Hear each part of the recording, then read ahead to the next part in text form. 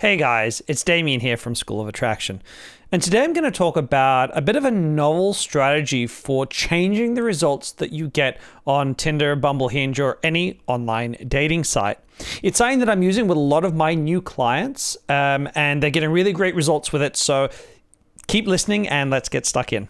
So in the 1980s, Campbell's was struggling to find the ideal pasta sauce to sell to its buyers. It was playing with a bunch of different recipes. It was doing a bunch of different testing with live people testing different combinations of spaghetti sauce, because a spaghetti sauce could be made to be chunky, it could be made to be thick, it can be made to be salty or not salty. Even the color of the sauce impacts on people and how people feel that the sauce tastes. And so Campbell's was trying really hard to find the right type of sauce, but they couldn't seem to find something that worked. So they hired a man by the name of Howard Moskowitz, who is a psychologist, to see what he could do. And Moskowitz's research into finding the ideal pasta sauce kind of opened up this Pandora's box into the way human tastes work. You see, what Howard found was that there was no one ideal pasta sauce. And if you tried to make an ideal pasta sauce, you ended up creating a pasta sauce that most people could enjoy, but that nobody loved. And in fact, the best way to make pasta sauce was to understand that pasta sauce tastes fit into segments, which he called horizontal segments or horizontal differentiation. What he actually found was that there were very specific combinations of attributes of pasta sauce that different people tended to love. So someone might like a really salty, chunky, thick pasta sauce. Someone else prefers something that tastes a lot less salty, less tomatoey, a bit thinner for a different type of pasta. Right? I'm not a pasta sauce expert, but you get what I'm saying, right? You get these different niches, these different spikes in tastes, and you can't combine all the features together to make one ultra sauce because it's going to be ideal for nobody. So it's his research today that's part of the big reasons why when you walk into a shopping center today, into a grocery store, there's so many different flavors, so many different kinds of a similar product, right? There's 50 different shampoos, and there's 50 different pasta sauces, and there's 50 different types of, whatever product it's going to be. That's the reason why, is because we understand that people fit into these horizontal segmentations. Now, that doesn't mean that you couldn't go to a friend's place and the friend has bought their favorite pasta sauce and you go there and you eat that pasta sauce. You can enjoy it still, right? You can be like, this is a nice pasta sauce. But if you go to the store and choose one for yourself, you're not going to pick that one necessarily, right? So again, it's about what's your favorite, not what's the average, not what is okay and edible and will make you happy enough. And indeed, this human behavior is not limited to pasta sauces. It actually impacts everything, including women's tastes for men. And so if you have a look at if you think about what would it look like, a graph for female taste, a horizontal graph, it might look something like this, right? And the largest peak, let's say this is women aged 20 to 30, the largest peak might well be looks, right? It's the guy who looks like a muscly Chad, to use that term. I hate it. But anyway, he might be the highest peak, but it's not the only peak. There are a bunch of other peaks there, like with different attributes. And if you want evidence of this, I think most of us have that friend who's not particularly good looking, doesn't even have good photos, and somehow he's got dates every week regularly from Tinder, right? And we're sitting there thinking, how the hell does he do it? Why does he get matches, right? What's he got to offer? He's got worse photos than me. He's less educated. He's more of a moron. He makes less money. What the hell? Well, the truth is that inadvertently, probably without him doing anything special, he happens to fall into a specific niche that women are finding attractive. So he won't get as many niches as that Chad guy, but he's getting more niches than you, even though if you would look at it objectively, you think you might deservingly have more market value on online dating. And that's actually what's happening, is he's falling into that niche. And really, this is where my coaching when I work with guys starts to come in, because what I see most men doing, and if you're watching this video, this could well include you as well, most men try to turn themselves, with their online dating, they try to turn themselves into the perfect pasta sauce, right? They think, well, women like this and women like that and women like this and women like that. And they're trying to create the Ubermensch, the ideal human being that women are going to like. And they find that instead of creating something that women love, they're creating something that women like, but no woman is feeling super hot about.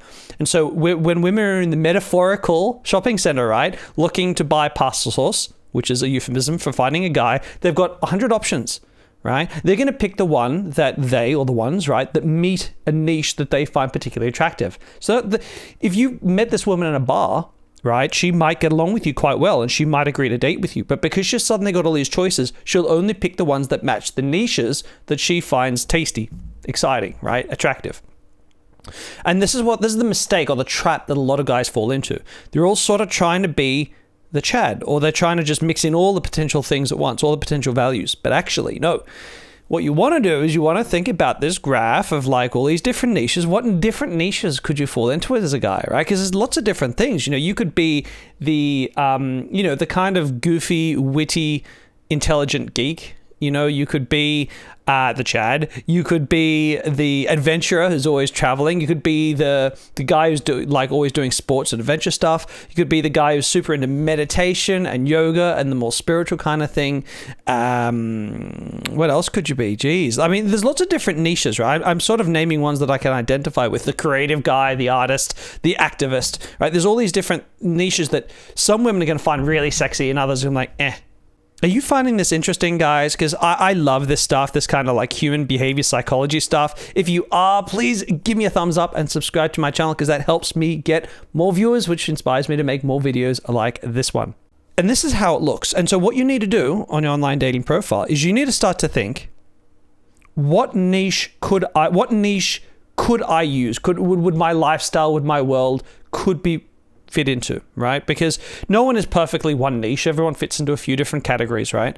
But when it comes to online dating, you're often better served by just trying to fit one niche that relatively is close to where your life is at. And 80% of you could easily find something that this is, for myself, I like to meditate, right? Now, I'm not a huge meditation, yoga kind of guru guy, but I like meditation. I like self-awareness and self-development. And I could easily create a profile that shows me only in that light, only that part of my, forget that I love traveling, forget that, I all these different parts about me, that I'm really academic, that I'm really educated. Forget all that. Just focus on that part of me, right? And make a whole profile around that aspect of myself. I could do that. And most of you watching could as well. So you need to think about what niche could your lifestyle be like? Could you, just one aspect of you, could you fit into that niche, right? The niche that most women will find attractive. And then you think about what photos could I use to support that? What could I write in my profile to really hammer that home?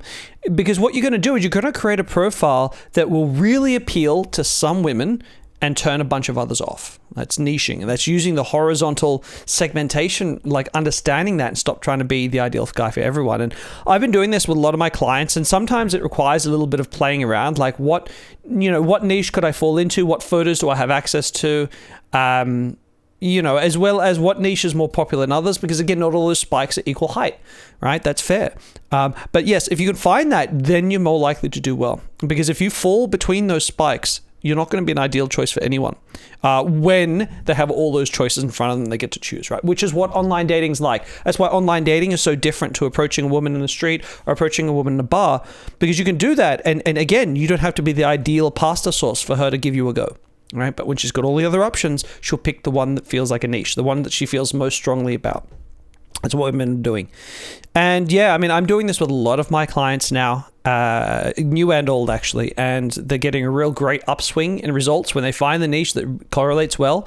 Guys who are, again, you really need to, for online dating, you need to be average to above average in looks. I'm not trying to hide from that fact, but if you've got that, niching can be a really big part of that puzzle for you. So yeah, go ahead and try that out. Play around with it. If you've been playing around with it, because you may have heard me talk about it briefly before, talk about it down there in the comments. Let other guys know what worked, what niches you found really like suit your personality and women seem to totally dig. Now, I know that online dating can be frustrating and that there's a lot more you need to know than just understanding horizontal segmentation and the spaghetti sauce euphemism. But I've got an entire online course called The School of Online Dating where I show you every step of the way, how to build an ideal profile, how to get what photos to use, what photos not to use, what to write, how to write first messages so that they respond every time and just flake out on you, how to spot fake profiles, and everything in between. So it's a really fantastic program. I'll link to it down in the comments below. check it out. Yeah, we also have a really massive Facebook group where I'm on every single day answering questions that you guys are posting, the members, that is, of the program. They're putting up pictures of their profiles for commenting by myself. They're putting up conversations to see how I would improve that conversation. I'm there every day. Other guys, other members who are doing really well are also giving really great feedback. It's such a brilliant resource. Go ahead and check it out, guys. As always, guys, if you like this video, don't forget to give me a thumbs up and subscribe to my channel, and I look forward to seeing you in my future videos.